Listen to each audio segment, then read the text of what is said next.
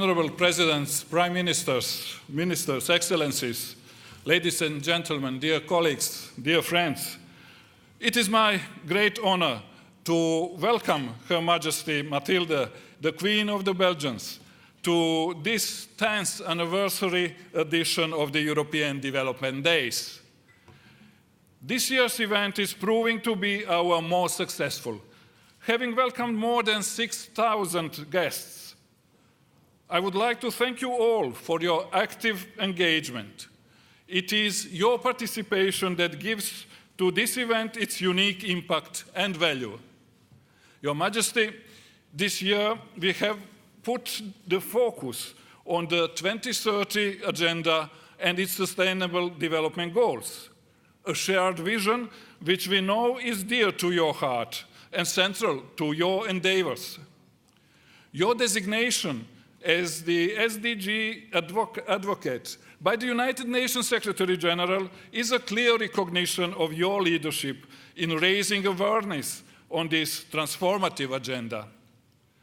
Several of the goals relate to causes in which you have been particularly engaged, such as education, health, and children. On these matters, the Millennium Development Goals have already enabled great progress. As the world's biggest provider of development assistance, the European Union and its member states have played a pivotal role. We have contributed to ensuring that fewer people go to sleep hungry, fewer children are dying from preventable diseases, and an increasing number of young people, particularly girls, have access to education.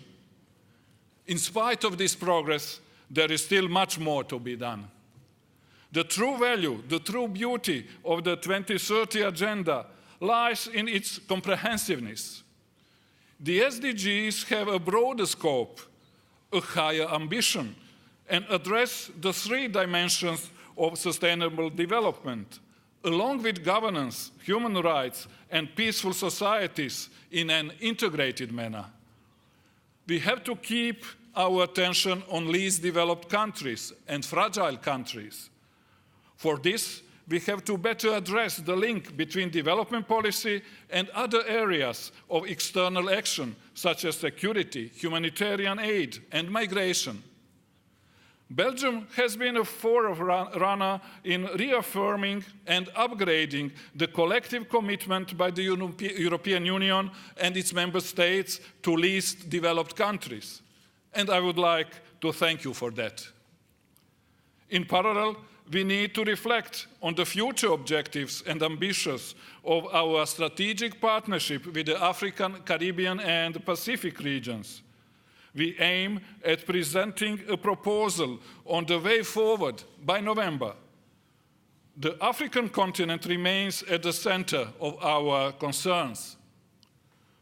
Another key aspect of universality is that the agenda cannot be achieved by governments alone. We need civil society, and we need the private sector fully on board. The European Union wants to remain an effective bridge builder. We know well that our work on implementing the 2030 agenda starts here at home, and we are committed to do so through our internal and external EU policies. In autumn, we will present a proposal for a new European consensus on development. Our aim is to align the vision of all the Union institutions and of our member states with the 2030 agenda and respond to new challenges and opportunities. It is now time to turn the Sustainable Development Goals from commitments to action. Your Majesty, I'm sure your speech will provide us with inspiration to keep the momentum and unite around the Sustainable Development Goals. We look to you to bring into the collective work of SDG advocates the spirit of true partnership, as expressed in the national motto of Belgium, l'union fait la force. Thank you again for your presence here today.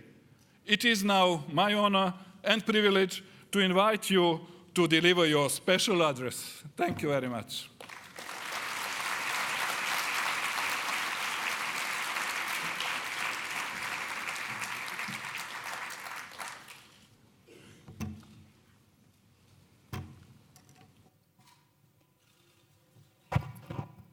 Monsieur le Commissaire, Commissioner, Excellences, Excellencies, Mesdames et Messieurs, ladies and gentlemen, je suis heureuse de vous I retrouver am delighted to find you here at these European Development Days and to have the opportunity to share with you some thoughts on the vast common undertaking that we have decided to pursue together, l'Europe et le monde. connecting Europe and the world. Europe with the world. The work which you have pursued both yesterday and today has clearly demonstrated how important it is for the European Union to foster both a global vision and a well-defined commitment to development. These are meetings which are taking place in a troubled context. Our planet is beset by major turmoil, terrorist attacks, economic crises, deteriorating ecosystems, migration, and the emergence of growing intolerance and racism. Europe, for its part, has to confront many challenges which directly affect its people, its citizens. Nonetheless, it is important to acknowledge some positive developments. Ladies and gentlemen, there is a lot to be excited about during this year's Development Days. Since the previous edition, we welcome the unanimous adoption by all the 193 member states of the United Nations of the Sustainable Development Goals and the positive outcome of the Paris Climate Conference. Moreover, in Addis Ababa, we agreed on the systems of financing development. We now have a clear framework, a new collective agenda of goals to aim for and achieve by 2030. But what about the Millennium Goals? Didn't they generate significant results?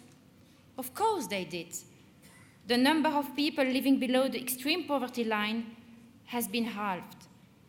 We have witnessed a massive reduction in maternal mortality and a significant decline of the children dying before the age of 5. More people than ever are in education, and major improvements have been made to increase access to clean water.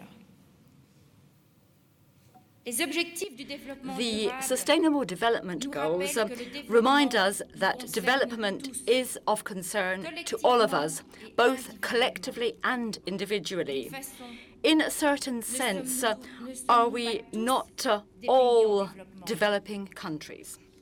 The key words which distinguish these new goals from their predecessors are inclusivity and universality. Development is not just about relations between North and South or South and South. It is up to each and every country, whatever their level of development, to all actors working within our societies and to each and every one of us to take ownership of the ambitions set out in these objectives. This means that responsibilities are shared. We have specific commitments to respect.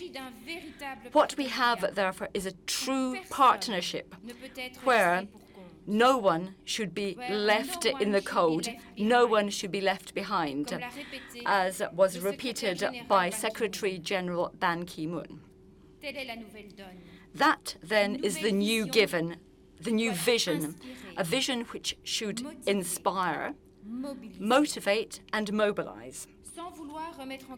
Without intending to question in any way what was said and done in the past, this vision should bring about a change in mindset which will transform doubt and fear into hope and trust. The 5 elements which form the basis of the Sustainable Development Goals support this. These are the 5 P's which should henceforth guide our action: population, peace, planet, prosperity, and partnership. I am delighted to be able to make my own personal contribution since the Secretary General of the United Nations invited me to become one of the 17 advocates charged with defending and promoting the Sustainable Development Goals at world level. And this is an invitation to which I have responded with all my conviction. Clearly, all of these development goals are of importance, even although a certain amount of task sharing and prioritization can be defensible. It does nonetheless remain true that all of these themes and objectives are cross-cutting and constitute an indispensable basis, for our future efforts. For example, health and education are without doubt key contributory ingredients to development. If you look at goals 3 and 4, you will see that there are certain specific targets which deserve particular attention. For example, the issue of mental health should be brought out of the shadows, as was stated by the President of the World Bank, Dr. Kim. During the meeting which we held yesterday morning, we also raised the question of infant malnutrition, which can cause a lifelong impact on individual developmental delays, and these developmental delays can never be made good. In addition, this will have a long-term negative impact on the country's economic growth and its development. As far as education is concerned, it is not enough just to have schools and school infrastructure. We need quality teaching and well-trained teachers. In the area of education, I believe that including young girls is of capital importance. Empowerment of women is, in fact, one of the best ways in which our society can and must invest in order to boost development in general. Here I'm thinking particularly about the role which women play in rural areas and the question of easier access to microfinance. In this respect, the possibilities opened up by financial digitization should be further fostered.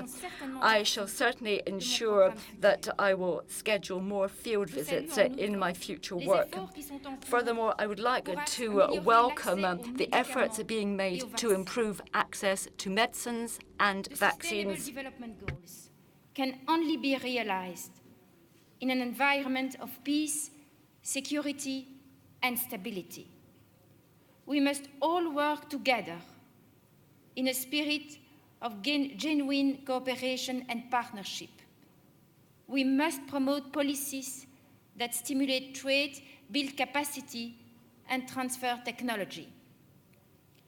Last but not least, we must ensure that we have solid institutions to buttress and sustain our efforts. Without this, our noble ambitions and the best of policies will bear only meager fruit.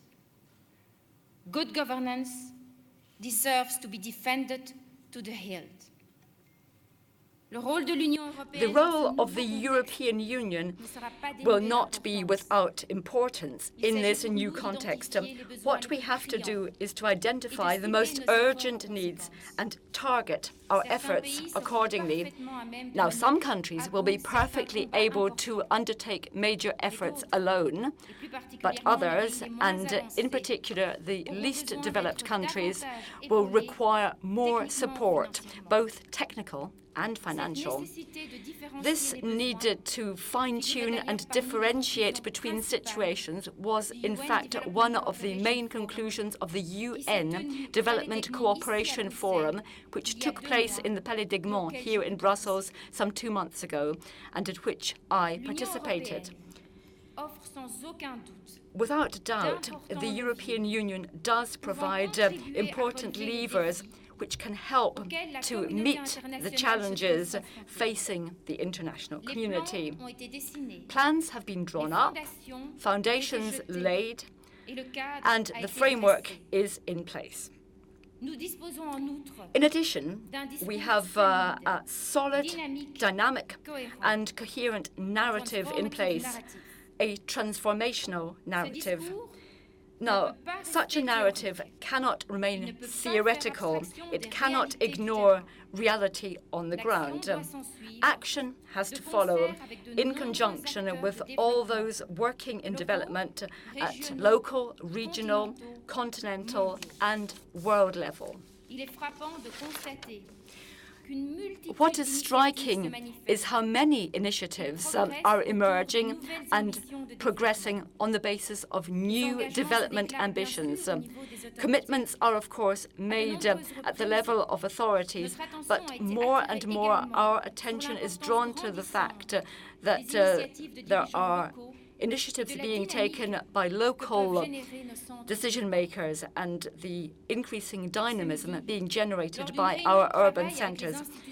Today, at a working meeting with the European institutions, in particular the European Commission, I was able to appreciate how motivated they are to ensure that the Sustainable Development Goals are met.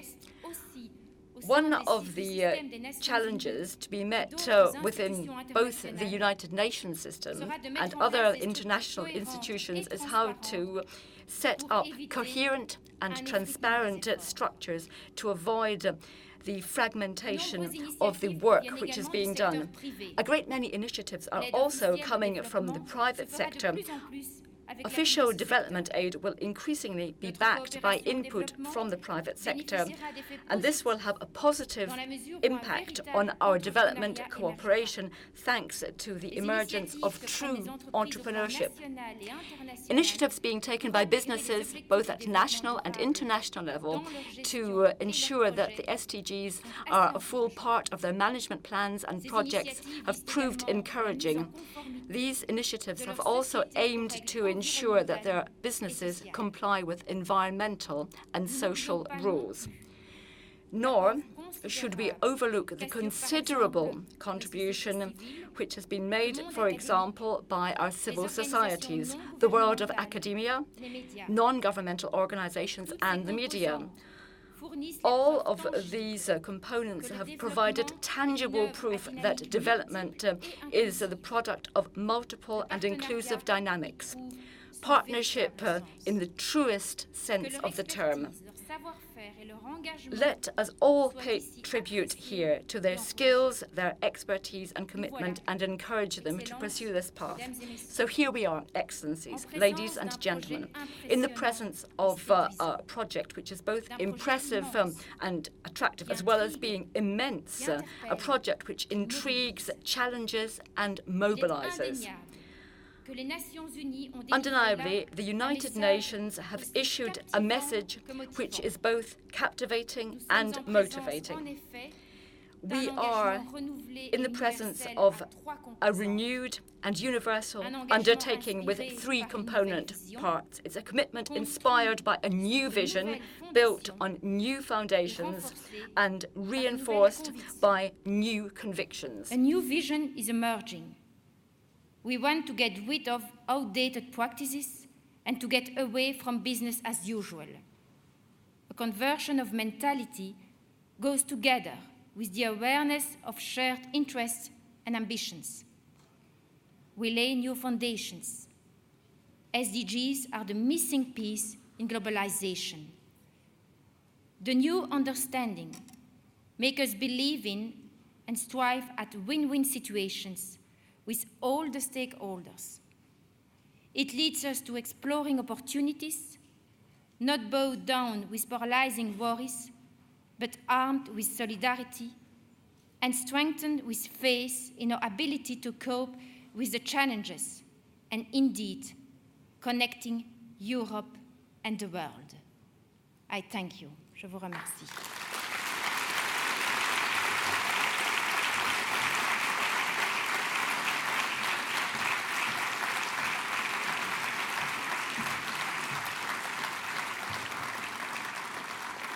Excellencies, dear participants, please join me in thanking Her Majesty Mathilde, the Queen of the Belgians, for speaking to us thank her for honoring this event, the European Development Days, thanking her for having found time in her busy schedule, and in particular, thank her for her engagement for this, as she calls it, huge project.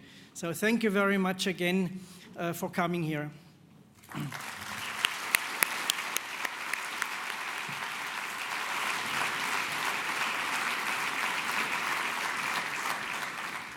Ladies and gentlemen, I would like to invite you to stay a little more. Good afternoon. My name is Annie Martinez Alonso. I am part of the team organizing this event, and I would like to invite you to stay because I have a surprise for you. So if you want to take your seats. In fact, I have two surprises. The first one is an amazing performance of an EU-funded project called OLA that fosters youth leadership in Sudan, South Sudan, and Ethiopia.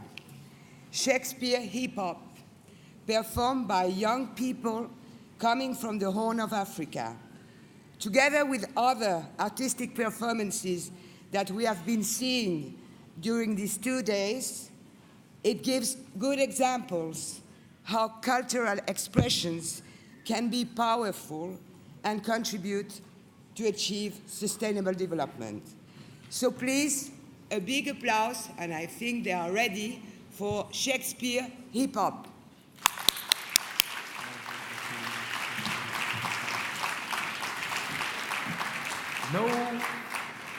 No beast you see does such to all the earth. No beast you see eats more than just its fill. We claim between the animals our worth, though our hearts overflow with many ills. It's true, man does little but consume.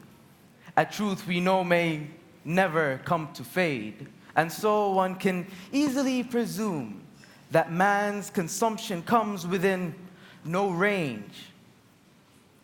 Still, good within us helps us pass this grow. But till that day, the change I want, I'll show. Once upon a time, there was a little girl, beautiful and innocent. She was parented well, nurtured and safeguarded, happy and content. Her folks did everything in their hands. A perfect life, amazing times. That's the way it was. Suddenly, no lights, evil touch, angry bites. She is cut, torn to pieces. She is robbed of her rights. Blood is pouring everywhere. People stare and shy away. She is crying out of pain, wounded by your reasons why.